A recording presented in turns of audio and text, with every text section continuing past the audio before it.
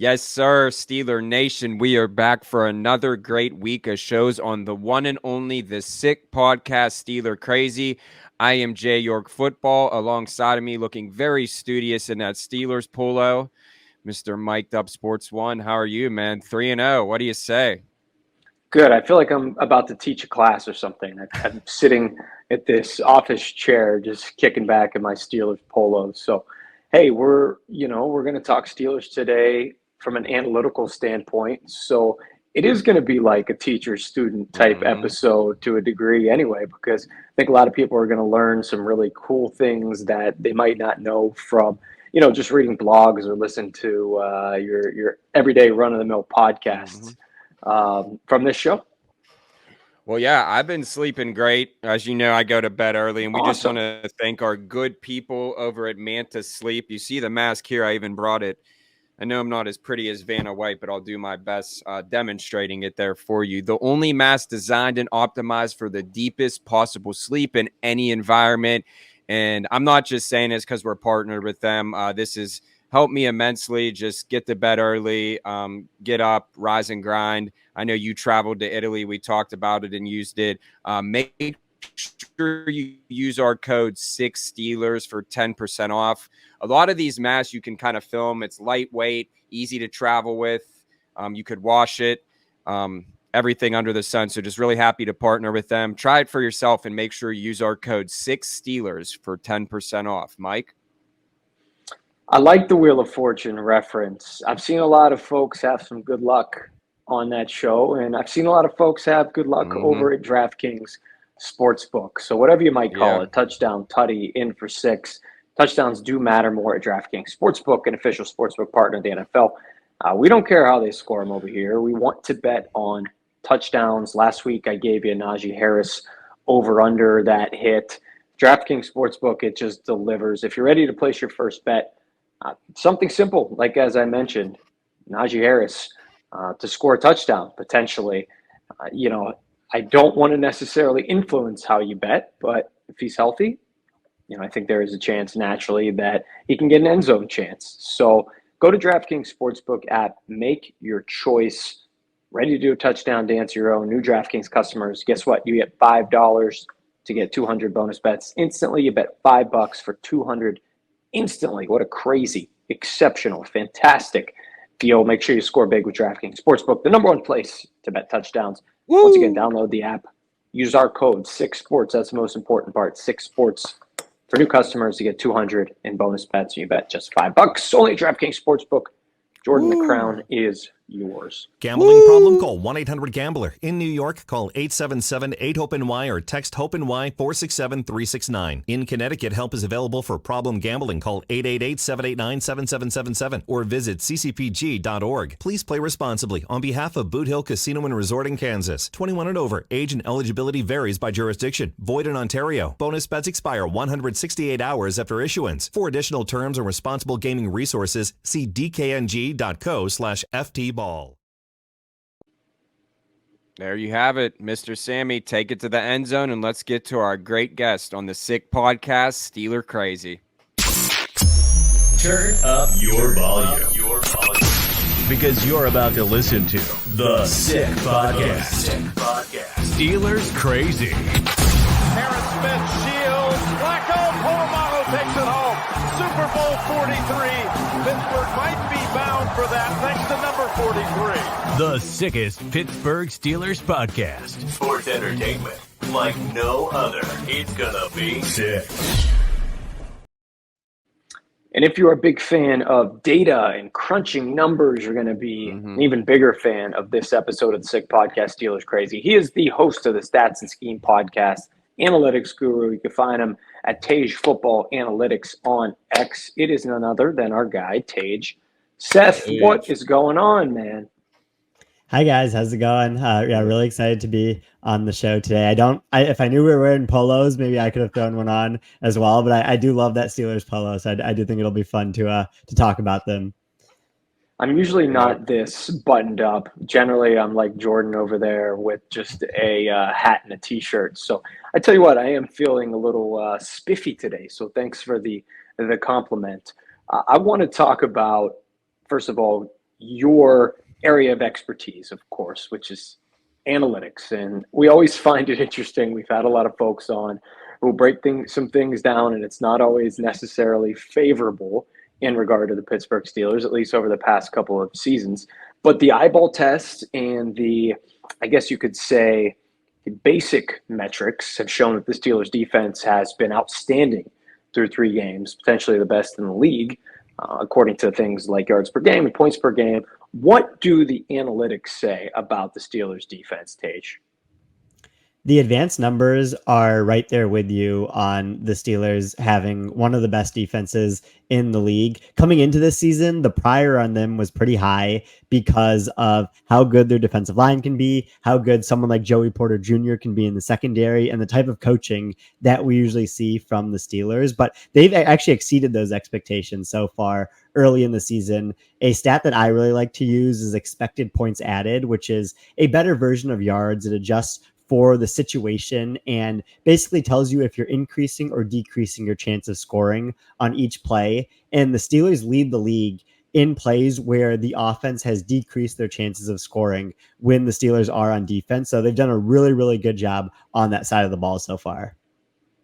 Yeah, and I think a lot of people will generally point to schedules early in the season. I think through the first 2 weeks, we heard a lot of, well, it was a Atlanta team off to a slow start, and then they played the Broncos, who stink, and then, Justin Herbert was banged up. But I think when you look at it, opposed to some other schedules, Kirk Cousins, Herbert, Pro Bowl quarterbacks, no slouches there. Bo Nix just kicked the crap out of the Tampa Bay Bucks in their home stadium.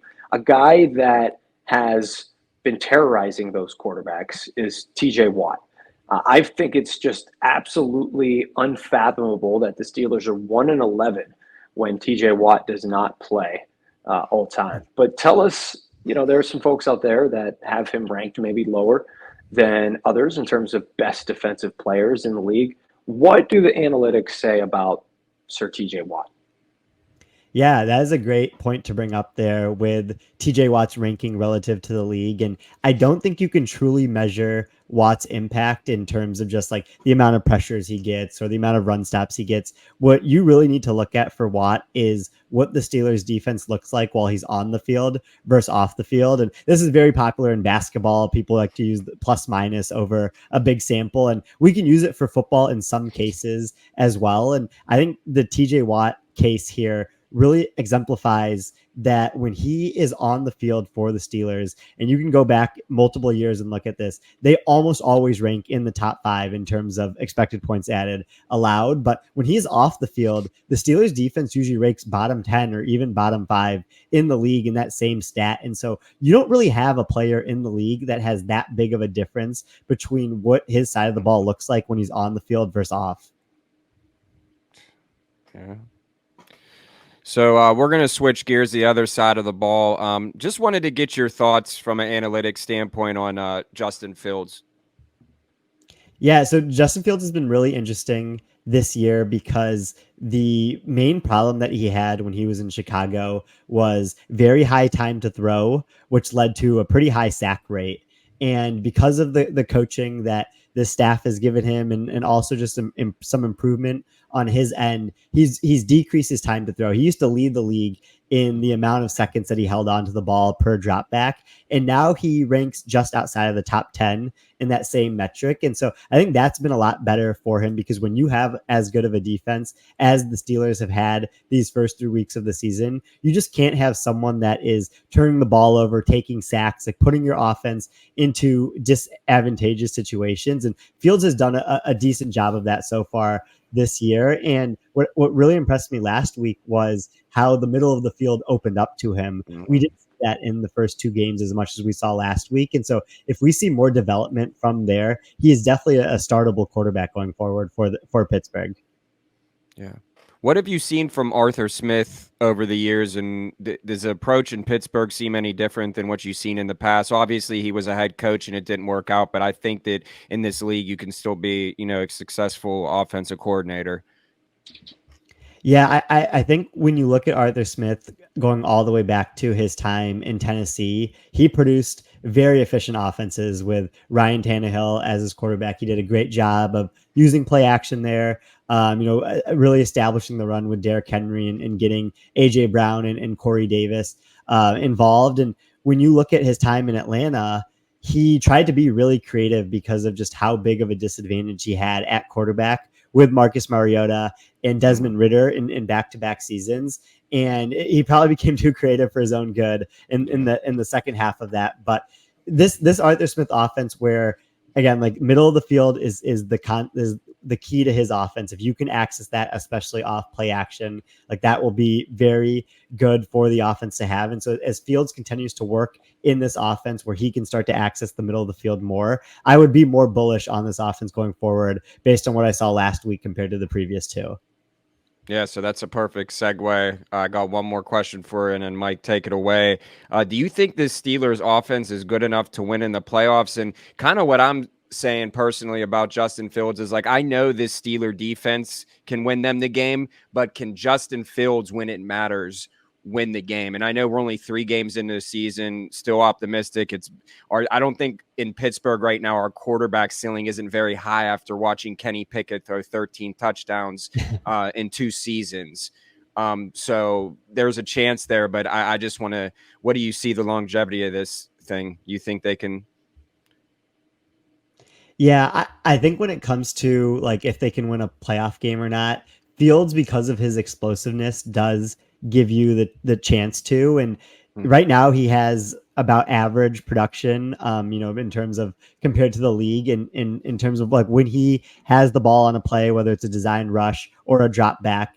The thing that's like going to be interesting to follow is his usage is really low relative to some other quarterbacks in the league, especially just like the starter level quarterbacks, like Jalen Hurts or Baker Mayfield, or, quarterbacks like that. So if they want to rely on running the ball with Najee Harris and Jalen Warren and Fields design rushes, I do think that limits the ceiling of what the offense can be a little bit, but that should raise the floor enough where if you get these like shutout defensive performances like the Steelers are getting, it should just be, just like a nudge in the right direction to get them to win a playoff game or two.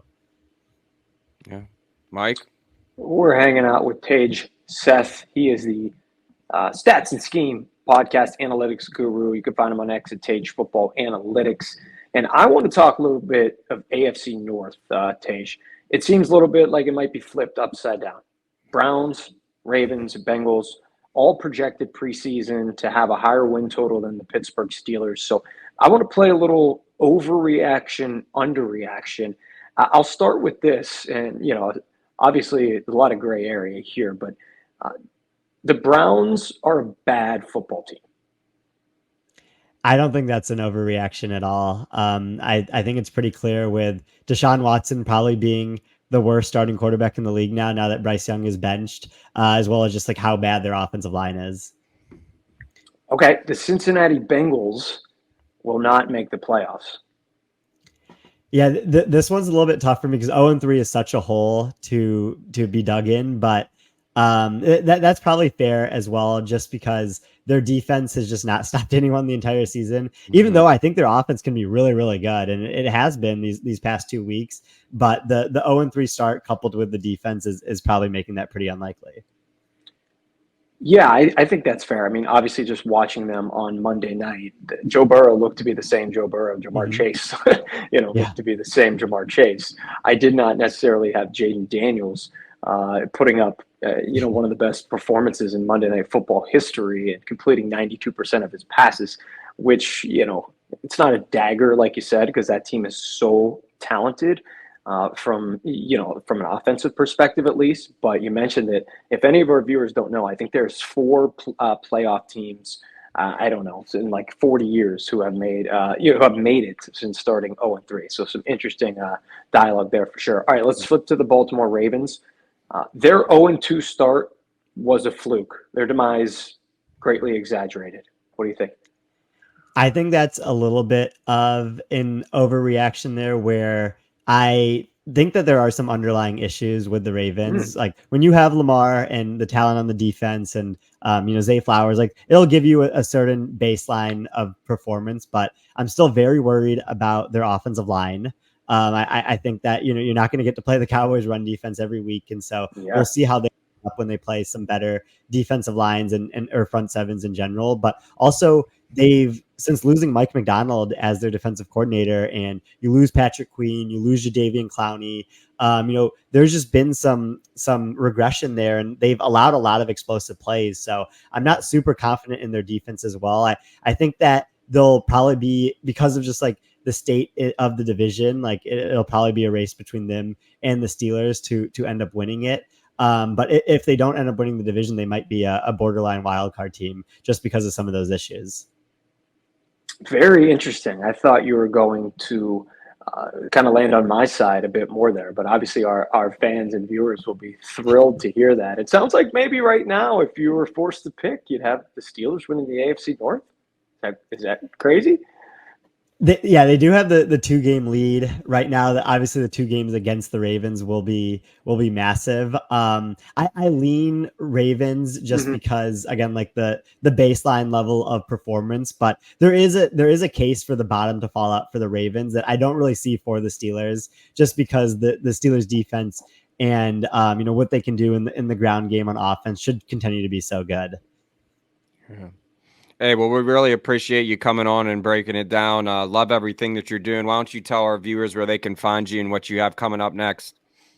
Yeah, I appreciate you guys letting me do this. I co-host a podcast called Stats and Scheme that you can get on Apple, Spotify. I do it with my friend Sean Syed, which is really fun. And then you can also find me on Twitter at TEJFB Analytics. Well, we really appreciate it. It was great to knack your brain and have someone break it down. I know that Steeler Nation will appreciate it, and we'll definitely have to do it again. Thanks for your time, man. Appreciate you guys having me on. Take care. You got it, man. See ya. Good stuff, Jordan. I think, when people think analytics in 2000, you look nice. Thank you. I'll take that. Man, I'm going to wear this shirt every podcast. You look like, for the rest of my life. This is it's not sewn on or anything either. This is official, baby. Wow. I appreciate it. I see the NFL. Yeah, maybe that's the haircut too, but I see the NFL logo. The only thing is I need to put a new background maybe in my office here. It looks like, or at least maybe green screen it. Should I green screen that sucker? Maybe I could put like the highlights of our opening behind me, just roll in at all times. That Polamalu pick, man, that would be absolutely dope.